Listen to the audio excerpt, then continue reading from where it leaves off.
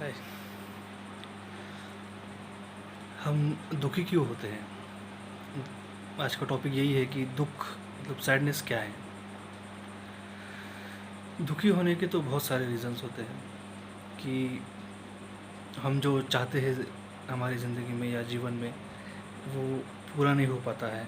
जो हम एक्सपेक्ट करते हैं वो सब चीज़ें हमें नहीं मिलती है, तो हमें दुख होता है। कोई हमारा इंसल्ट कर देता है किसी के सामने, सबके सामने, तब भी हमें दुख होता है। कोई हमें छोड़ के चला जाता है, तब भी हमें दुख होता है। एग्ज़ाम्स में कम मार्क्स आ गए, तब भी दुख होता है। किसी की जॉब चली गई, तब भी दुख होता है। दुख एक्चुअली होता क्यों है? मतलब दुख होने का रीज़न क्या है? रीज़न्स तो बहुत सारे हैं। देखिए, बुद्धिज़्म में जो बात की हुई है उसका मेन फोकस वही है कि दुख, पहले तो सबसे बड़ी चीज़ ये है कि आप एक्सेप्ट कर लो कि जीवन जो है वो दुख आपकी ज़िंदगी में आना ही है।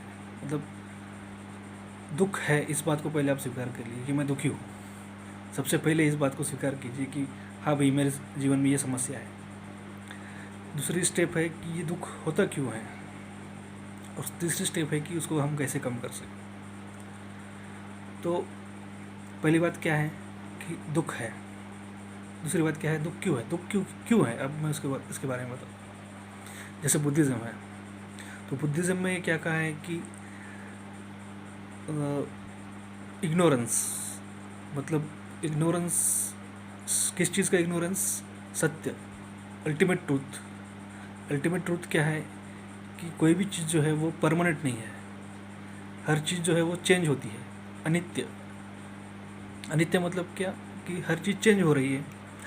तो चेंज हो रही है, कोई भी चीज़ परमानेंट नहीं है, यही सत्य है। और इस सत्य को अगर आप जान लोगे तो वो आप रियलिटी को जान चुके हो। मतलब आपको कम से कम दुख होगा। मतलब इस चीज़ को आप अगर इग्नोर नहीं करोगे तो आपको दुख नहीं होगा। और आपको अपने माइंड को ये बात हर वक्त बताने के लिए कि भाई हर चीज़ जो है वो परमानेंट नहीं है, वो टेम्प्रेरी है।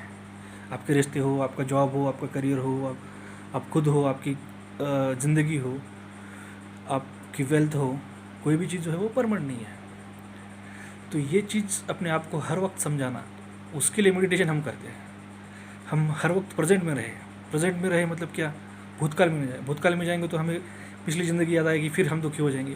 फ्यूचर के बारे में सोचेंगे तो फिर हमें टेंशन आ जाएगा, फिर हम दुखी हो जाएंगे। तो जो अभी जो पल चल रहे हैं, जो जिस मोमेंट में आप हो उसी को एंजॉय कीजिए। इसके लिए हमें क्या करना पड़ता है? मेडिटेशन। तो भाई कल मुझे जॉब लग जाएंगी तो मैं ये हो जाऊँगा, तो मैं उसको एंजॉय करूँगा। जब मेरे पास पैसे आएंगे तो मैं इस होटल में जाऊँगा। जब मेरे पास पैसे आएंगे तो मैं फॉरेन टूर में जाऊँगा। मतलब आगे का क्यों सोच रहे हो? अभी तो जितने हैं उसमें उसको तो एंजॉय करो। आप चाय तो पी सकते हो अभी तो चाय पीजिए। जब कमाओगे, इसका मतलब ये नहीं कि आपको कब कल आपको पैसा नहीं कमाना है, नहीं कमाना है, तो वो कल की बात हो गई। फ़िलहाल तो जो है उसको तो एंजॉय कीजिए। तो इसीलिए मेडिटेशन होता है। मेडिटेशन मतलब कोई बहुत बड़ी चीज़ नहीं है। जैसे आपको कोई स्पिरिचुअल कोई चीज़ मिल जाएगी, एनलाइटनमेंट मतलब बहुत बड़ा दुनिया का राज आपको पता चल जाएगा, जिससे आप खुश रहो, अपने आप को खुश रहो पाओ। नहीं, ऐसा कुछ नहीं है। मेडिटेशन मतलब क्या है कि आपको प्रेजेंट में रहना। प्रेजेंट में क्यों रहना है? ताकि बाकी की जो जो चीज़ें हमारे दिमाग में आती हैं, इसने मुझे ऐसा बोला, मुझे उसके साथ नहीं रहना, वो मुझे छोड़ के चला गया, वो मेरा बहुत अच्छा दोस्त था, तो ये चीज़ें दिमाग में ना आए, इसलिए प्रेजेंट में रहना है। और उसी को मेडिटेशन कहते हैं। मेडिटेशन मतलब बहुत बड़ी कोई अलग चीज़ नहीं है कि जो कोई मैजिक नहीं है, चमत्कार हो जाएगा। तो जैसे कि दूसरी चीज़ ये है कि मध्यम मार्ग, मिडल पाथ। मिडल पाथ मतलब क्या? कोई भी चीज़ जो है वो ज़्यादा नहीं होनी चाहिए और कम नहीं होनी चाहिए। वो क्यों? जैसे कि सम्यक है। सम्यक मतलब सम्यक, इस वर्ड का वर्ड टू वर्ड मीनिंग क्या है? राइट। राइट मतलब सही चीज़, सही तरीके से। सम्यक वाचा, सम्यक व्यायाम, सम्यक जो भी चीज़ें हैं वो राइट होनी चाहिए। मतलब राइट होनी चाहिए मतलब क्या? प्रैक्टिकली सही होनी चाहिए। जैसे आपके ड्रीम्स है, आपके जीवन का जो लक्ष्य है वो सम्यक होना चाहिए। सम्यक माने क्या? कि प्रैक्टिकली पॉसिबल होना चाहिए। कि मैंने भाई अभी मेरा सपना है कि मैं सीएम बनूं, डीएम बनो, सीईओ बन जाओ किसी कंपनी का। ठीक है, ये तो प्रैक्टिकल पॉसिबल भी है, मुश्किल है लेकिन पॉसिबल भी है। लेकिन कुछ लोगों के सपने कैसे होते हैं कि मैं चाँद पे चला जाऊँ, मैं कोई ऐसा रिसर्च करूँ जिससे पूरी दुनिया मेरी मुट्ठी में आ जाए। तो ये जो है वो उसका कोई आधार नहीं, कोई मतलब बेस नहीं है, हवा में कुछ भी बोलते जा रहे हो। तो ऐसा, इसको हम सम्यक नहीं कहेंगे, जो प्रैक्टिकली पॉसिबल नहीं है, जिस जो करने के लिए आपके पास रिसोर्सेस नहीं है या बहुत टाइम लगेगा उसको बनाने के लिए। तो हवा में कुछ भी बोल देना, ये आपका जीवन का ध्येय नहीं होना चाहिए। आप जब कोई टारगेट आपके जीवन का आप डिसाइड कर रहे हो तो ये वो सम्यक हो। क्यों हो? ताकि आपको फ्यूचर में जाके दुख ना होगा। अगर वो टारगेट पूरा नहीं हो पाएगा तो क्या होगा? दुख होगा। तो इसीलिए जब आप कोई सपना सोचते हो या अपनी ज़िंदगी का लक्ष्य बनाते हो तो उसको पहले ये सोचिए कि वो प्रैक्टिकली पॉसिबल है या नहीं। क्यों? क्योंकि आपको दुख ना हो। देखिए, बड़े बड़े बिजनेसमैन जो है बहुत ज़्यादा अमीर है, लेकिन क्या वो सुखी है? किसी की बहुत बहुत सारे गर्लफ्रेंड से क्या वो सुखी है? किसी की बिल्कुल कोई गर्लफ्रेंड नहीं है, क्या वो सुखी है? किसी की एक दो ही है लेकिन वो खुश है। समझ गया ना? मध्यम मार्ग है। तो कोई आदमी जो है वो बहुत गरीब है तो दुखी है, कोई है वो बहुत अमीर है फिर भी दुखी है, लेकिन किसी के पास थोड़ी ही प्रॉपर्टी है लेकिन वो उसी में खुश है भाई, जो है ठीक है, चल रहा है। तो ज़्यादा दुख भी नहीं और ज़्यादा सुखी भी नहीं, सुख भी नहीं। तो इसी को कहते हैं मध्यम मार्ग। तो बुद्धिज़्म में क्या चीज़ें आ गई? दो, एक मध्यम मार्ग, दूसरा सम्यक, प्रैक्टिकली पॉसिबल, मतलब पॉसिबल होना चाहिए। तो इससे क्या होगा कि आपका दुख जो है वो कम से कम होगा। जैसे अब हम बात करेंगे कि रिलेशनशिप, आपके रिलेटिव्स हो, आपका फ्रेंड सर्कल हो, तो कोई आपका बहुत खास दोस्त है या आपकी बहुत दिनों से किसी के साथ रिलेशनशिप में हो आप, गर्लफ्रेंड है, बॉयफ्रेंड है या आपकी वाइफ है, तो उसके बिहेवियर से आपको दुख होता है, आपके बिहेवियर से उसको दुख होता है। सही है ना? तो देखिए, कोई भी चीज़ है परमानेंट नहीं है। सत्य क्या है? कोई भी चीज़ परमानेंट नहीं है। तो आपकी पार्टनर कैसे परमानेंट होगी? उसका भी बिहेवियर चेंज होगा ना।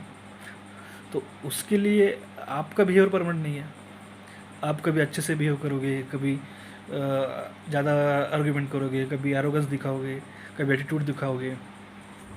उसको लगता है कि वो आपके हिसाब से रहे, सॉरी, आपको लगता है कि वो आपके हिसाब से रहे और आपको लगता है कि वो आपके हिसाब से रहे। तो क्या होगा? उससे क्या होगा कि कन्फ्लिक्ट्स होंगे और दुख होगा।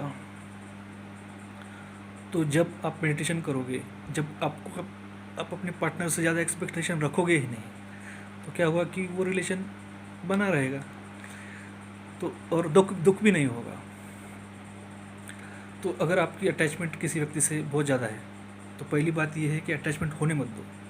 अगर हो जाती है तो उसको मैनेज करना सीखो कि ज़्यादा अटैचमेंट कैसे ना हो, ज़्यादा एक डिस्टेंस भी बना के रखो। ये नहीं कि आप उसके ऊपर पूरी तरह से डिपेंड हो रहे हो, इमोशनली हो, फाइनेंशियली हो या कोई भी तरीका हो। आप बहुत ज़्यादा अटैचमेंट मत रखो, बहुत ज़्यादा डिपेंडेंस मत रहो, नहीं तो क्या कल जाके आपको दुख होगा। वो अगर छोड़ के चली जाती है या कुछ हो जाता है तो आपको दुख होगा। इसलिए आप अभी से रिलेशनशिप को मैनेज कीजिए कि ज़्यादा क्लोज भी नहीं जाना है, ज़्यादा डिपेंड भी नहीं रहना है, एकदम छोड़ के भी नहीं जाना है। ऐसा नहीं है कि भाई वो आ रहा है उसको इग्नोर कर दो पूरी तरह से, ऐसे नहीं। उससे बात भी करो लेकिन बहुत नज़दीक भी मत जाइए, मतलब क्लोज मत बनिए इमोशनली।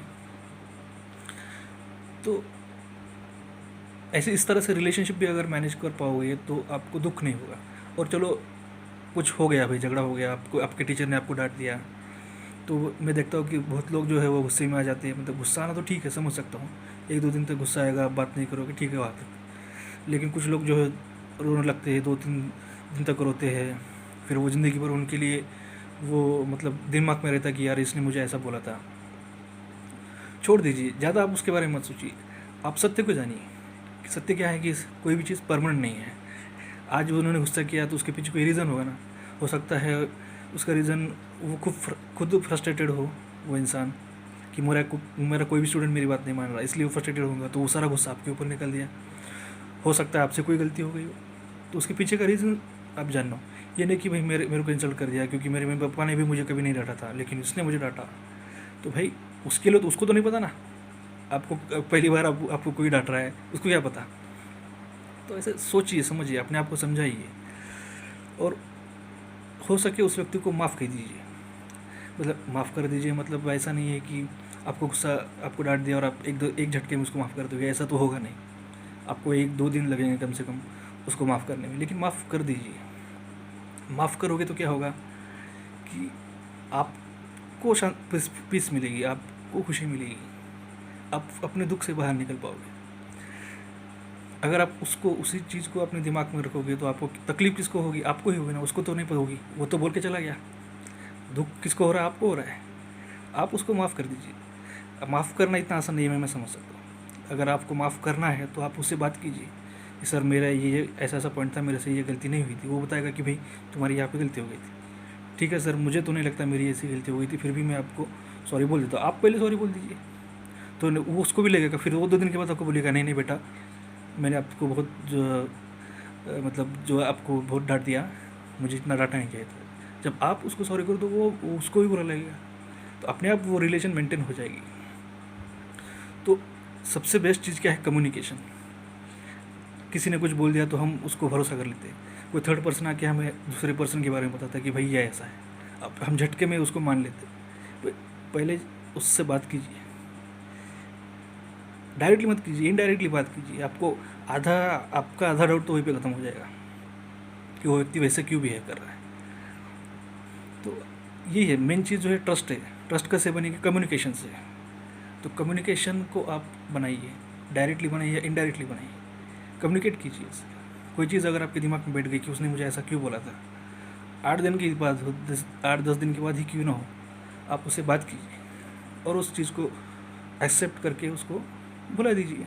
तभी आप आगे उससे ओवरकम कर पाओगे और आप खुश रह पाओगे। जैसे कुछ हमारे अंदर चीज़ें होती है कि इन्फेरिटी कॉम्प्लेक्स, मैं गोरा हूँ, मैं काला हूँ, मैं मोटा हूँ, मैं पतला हूँ, मेरा एजुकेशनल बैकवर्ड हूँ, मुझे कंप्यूटर नहीं आता, मुझे कार चलानी नहीं आती, मुझे वो नहीं आता, मुझे वो नहीं आता। तो ये इन्फेरिटी कॉम्प्लेक्स ऐसे है, वो भी टेम्प्रेरी है। समझो, कुछ चीज़ें हैं जो आप चेंज नहीं कर सकते। मतलब कि भाई आप काले हो तो आप गोरे नहीं हो सकते, कितना भी आप कोशिश कर लो गोरे नहीं हो सकते। आपकी हाइट ज़्यादा है, आप कितना भी कोशिश कर लिए हाइट कम तो हो ही नहीं सकती, उसके लिए तो कोई एक्सरसाइज है नहीं। हाइट बढ़ाने की एक्सरसाइज है, मोटे से आप पतले हो सकते हो, पतले से आप मोटे हो सकते हो, लेकिन हाइट कम तो हो नहीं हो सकती ना। तो कुछ ऐसी चीज़ें हैं जो चेंज हो नहीं सकती। तो आप क्या कीजिए कि भाई आपको हर वक्त ये लगा रहेगा कि मैं अगर थोड़ा सा गोरा होता, मेरी अगर थोड़ी हाइट होती, भाई जितनी है उतनी तो है ना, दूसरे से तो थोड़ी ज़्यादा है, अगर उससे भी कम होती तो भाई थोड़ा गोरा होना चाहिए था, भाई जितना है उतना तो सही है ना, उससे अगर काला होता तो। ये भी तो सोचिए, पॉजिटिव भी, उसमें भी पॉजिटिविटी आप ढूंढिए। तो आप जैसे हो उस चीज़ को आप एक्सेप्ट कर लीजिए कि हाँ भाई मैं ऐसा हूँ, और उसको आप हार मान लीजिए और आप अपने आप को माफ़ी मांगिए, आप अपने आप को माफ़ कर दीजिए। क्या आप अपने आप को माफ़ कर भी दीजिए और आप अपने आप से माफ़ी भी मांग लीजिए। वैसा ही चीज़ आप दूसरे के साथ भी कीजिए कि दूसरों को आप माफ़ कर दीजिए, पहली बात, तो वो भी आपको माफ़ कर देगा। जैसे जैसे किसी और ने आपको तकलीफ़ दी थी तो आपको बहुत गुस्सा आता है उस व्यक्ति के लिए, तो आपने भी किसी को तो तकलीफ़ दी होगी ना, किसी को आपके भी बात का बुरा लगा होगा ना, तो आप उससे माफ़ी मांग लीजिए और किसी और को माफ़ कर दीजिए। तो इससे क्या होगा, आप सारे दुखों से आप बाहर आ जाओगे और एक प्रेजेंट में रहकर आप मतलब हैप्पी लाइफ जी सकते हो। तो इस तरीके से बुद्धिज़्म सबसे बढ़िया तरीका है हैप्पी लाइफ लेने के लिए। फार्मूला जो बताया, आप समझ में नहीं आता है क्या है बुद्धिज़्म में, मैं इसीलिए मैं आपको सिंपल वर्ड्स में बता रहा हूँ। बुद्धिज़्म माने कोई बहुत बड़ी मतलब स्पिरिचुअल थिंग नहीं है, बहुत ही प्रैक्टिकल, बहुत ही सिंपल चीज़ है। पहली बात, इग्नोरेंस। किस चीज़ का इग्नोरेंस, सच का। सच आप जानते हो, मतलब लैक ऑफ नॉलेज, मतलब इग्नोरेंस। और नॉलेज क्या है कि एक ही अल्टीमेट ट्रूथ है, क्या, कि सब चीज़ चेंज हो जाएगी। जब आपको पता चलेगा कि कोई भी चीज़ नित्य नहीं है, अनित्य है, चेंज होने वाली है, तो आपको दुख नहीं होगा। और वो दुख ना हो इसलिए आपको क्या करना है, मेडिटेशन। मेडिटेशन में आपको क्या करना है कि आपको अपने माइंड को इस तरह से ट्रेन करना है कि आपको अगर किसी ने 10 लोगों के सामने कुछ बोल भी दिया तो आपको गुस्सा नहीं आएगा, आपको हंसी आएगी। अरे ये तो पार्ट ऑफ लाइफ है। आज यही सर मुझे गुस्सा कर रहे हैं, यही सर मुझे कल प्रेज करेंगे, अरे यार ये बंदा हम उसको गलत समझते थे, लेकिन कल जाके 10 साल के बाद बोले ये बंदा खुद सही था, भले ही उसका बिहेवियर गलत था। तो वो भी कुछ क्षणों का है। अपमान हो रहा है तो वो कुछ क्षण है, उसको भी आप एंजॉय कीजिए। कोई अगर प्रेज़ कर रहा है आपको कि यार ये बहुत अच्छा है, आपको 10 दिन से बोल रहा है बहुत अच्छा है, बहुत अच्छा है, आपकी बटरिंग कर रहा है, तो आप खुश मत होइए, क्योंकि वो भी तो टेम्प्रेरी है। खुशी भी तो टेम्प्रेरी है, जैसे दुख टेम्प्रेरी है वैसे सुख भी टेम्प्रेरी है। तो दुख को भी एंजॉय कीजिए, सुख को भी एंजॉय कीजिए। मतलब अब खुद को कोई अगर आपको बड़ा चढ़ा कर बोल रहा है तो आप चढ़ मत जाइए पेड़ के ऊपर, वहाँ पे भी आप नॉर्मल रहना सीखिए। इसी को क्या कहते हैं, मध्यम मार्ग। कोई भी चीज़ ज़्यादा नहीं होनी चाहिए। तो यही था कि दुख को आपको कैसे हराना है बुद्धिज़्म के अकॉर्डिंग।